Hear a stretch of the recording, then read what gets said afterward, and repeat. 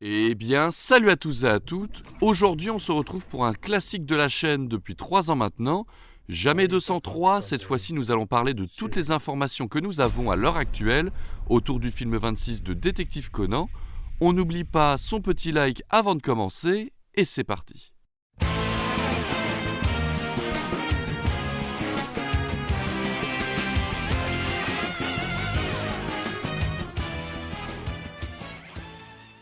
Attention, petit disclaimer, si vous n'êtes pas à jour au moins jusqu'au tome 100 file 1066, cette vidéo va vous spoiler des informations capitales du manga, donc n'hésitez pas à revenir plus tard, vous serez toujours les bienvenus.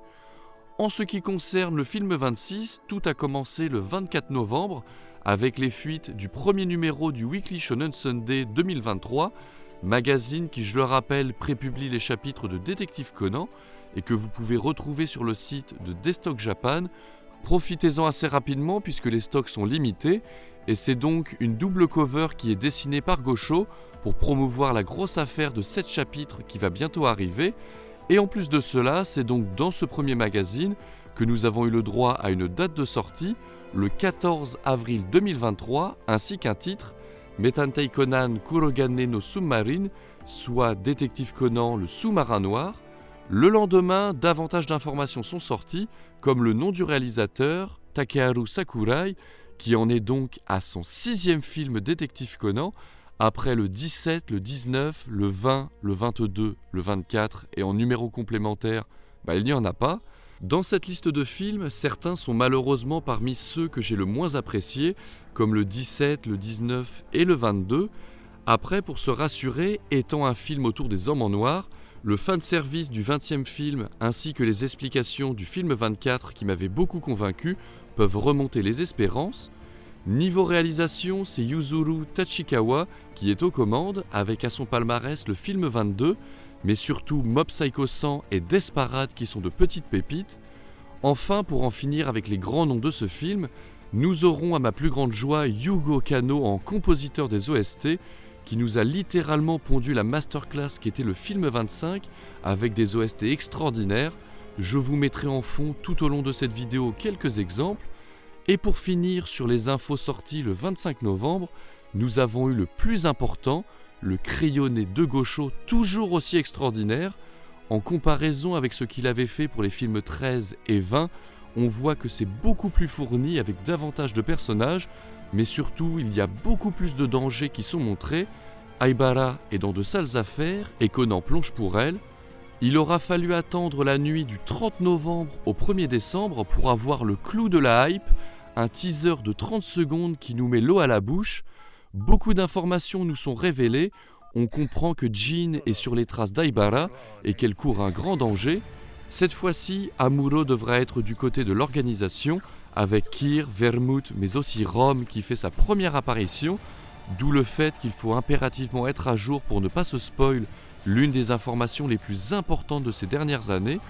On voit aussi que la tête d'Aibara a été repérée par une sorte de système de scan sur des caméras de surveillance, et heureusement un synopsis nous permet de mieux comprendre.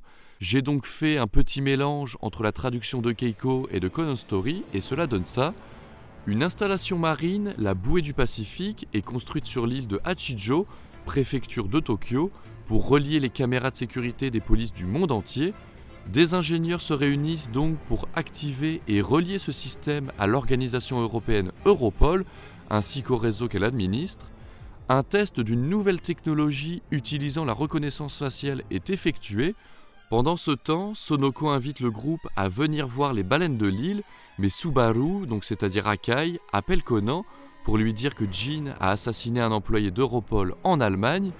Inquiet, Conan va donc se faufiler dans le navire de police, où se trouve également Kuroda ainsi que les policiers chargés de protéger l'installation. Puis par la suite, il va s'infiltrer dans cette installation, qui sera très certainement le sous-marin que l'on voit depuis un petit moment. Les préparatifs pour une activation complète sont en cours, mais une ingénieure est enlevée par l'organisation, ainsi qu'une clé USB avec des informations très sensibles. Un gémissement effrayant surgit de la mer, et une ombre inconnue se cache derrière Aibara qui séjourne également sur l'île. Quand la boîte noire qu'il ne faut pas toucher est ouverte, le passé qu'elle renferme refait surface. On voit bien que ça annonce du très très lourd, sûrement beaucoup de fanservice et de clins d'œil, mais pour un film, comme on l'a toujours dit, c'est ce que l'on attend. Pour terminer cette vidéo et pour la 3e fois consécutive, nous aurons le droit à un petit film récapitulatif pour mieux comprendre celui-ci, et celui-ci tournera autour du Mystery Train.